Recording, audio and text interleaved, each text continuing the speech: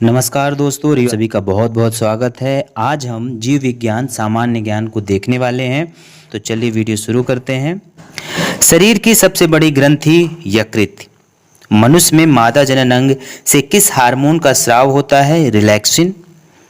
मनुष्य में ऐच्छिक गतियों का नियंत्रण किसके द्वारा होता है? सेरिब्रम। शरीर का तापक्रम कहाँ नियंत्रित होता है? हाइपोथैलेमस में। अमीबा में भोजन का अंतर्ग्रहण किसके द्वारा होता है? कूटपादों के द्वारा। निम्न में कौन सा एंजाइम लार में पाया जाता है? तो टाइलिन जो एंजाइम है वो लार में पाया जाता है। वह प्रक्रिया जिसके द्वारा मनुष्य श्वास ग्रहण करता है या छोड़ता है, श्वासोच्छ्वास। ऊर्जा उत्पादन के लिए कोशिका प्रायः किसका उपयोग करती है? ग्लूकोज का। किस अभिक्रिया द्वारा पौधों में ऑक्सीजन बाहरी वातावरण से कोशिकाओं में पहुंचता है? विसरण के माध्यम से।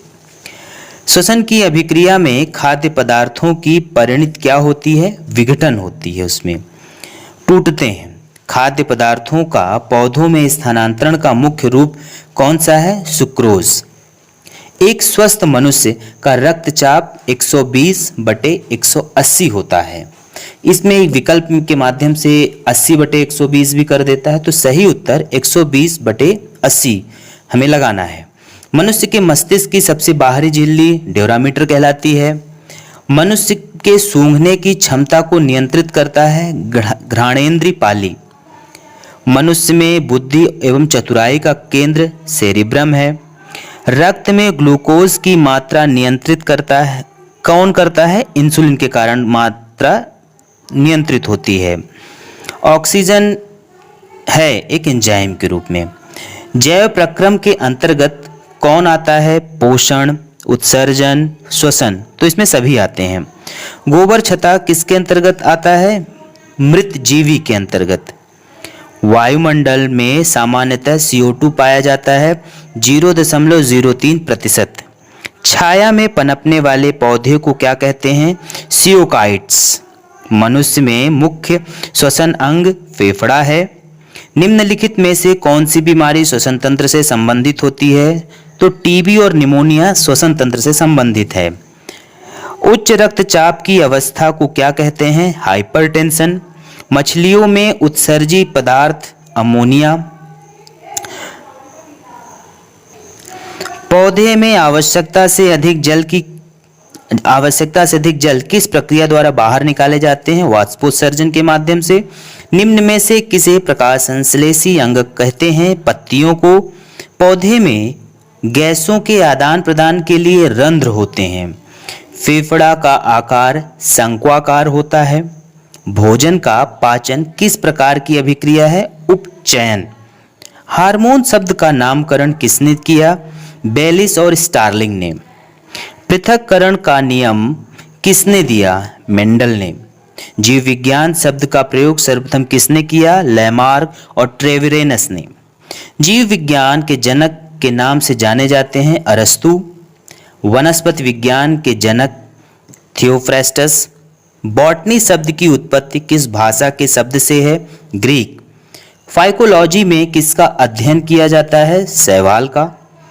पर्यावरण का अध्ययन जीव विज्ञान की किस शाखा के अंतर्गत किया जाता है? पारिस्थितिकी। डेंड्रोलॉजी का संबंध झाड़ियों के अध्ययन से है। पुष्पों का अध्ययन एंथोलॉजी कहलाता है। वनस्पति संवर्धन से संबंधित विज्ञान की शाखा हॉर्टिकल्चर। स्पर्मोलॉजी में किसका अध्ययन किया जाता है? बीज का। एग्रेस्टोलॉजी में किसका अध्ययन किया जाता है? घासों का। पीडोलॉजी किसका अध्ययन है? भूमि का। पौधों को नाम देने वाले विज्ञान वर्गिकी। किसे वर्गिकी का पितामह कहा जाता है? लिनियस। सूक्ष्म जीव मिलते हैं रेतीली मिट्टी, लवणयुक्त पानी, दलदल भूमि, तो इन सभी जगहों में सूक्ष्म जीव मिल जाते हैं। विषाणु वृद्धि करता है जीवित कोशिका में। साबूदाना किससे बनाया जाता है? तो साइकस से। फलों का अध्ययन कहलाता है पोमोलॉजी।